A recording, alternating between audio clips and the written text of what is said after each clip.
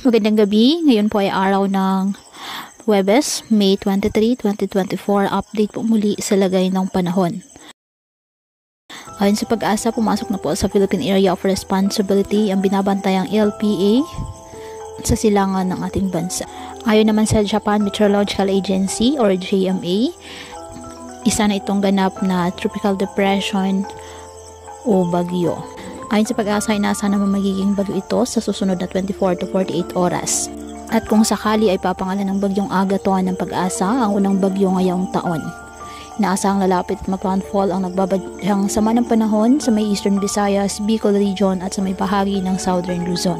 Ngayong araw, apektado ng nasabing LPA ang Eastern Visayas at Caraga. Kaya asahan po ang maulap na kalangitan na may mga pag-ulan. Habang sa nalalabing bahagi ng bansa kasama ng Metro Manila, bahagyang maulap hanggang sa maulap na kalangitan with isolated rain showers or thunderstorms.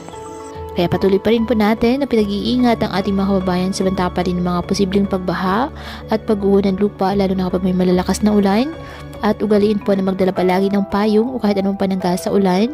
Hindi ka naman po ay sa init ng araw kapag lalabas ng ating mga tahanan. At yan po muna ang update sa lagay ng panahon ngayong araw. Muli patuloy po tayo na mag-ingat at palaging tandaan, God loves you. Stay safe and God bless.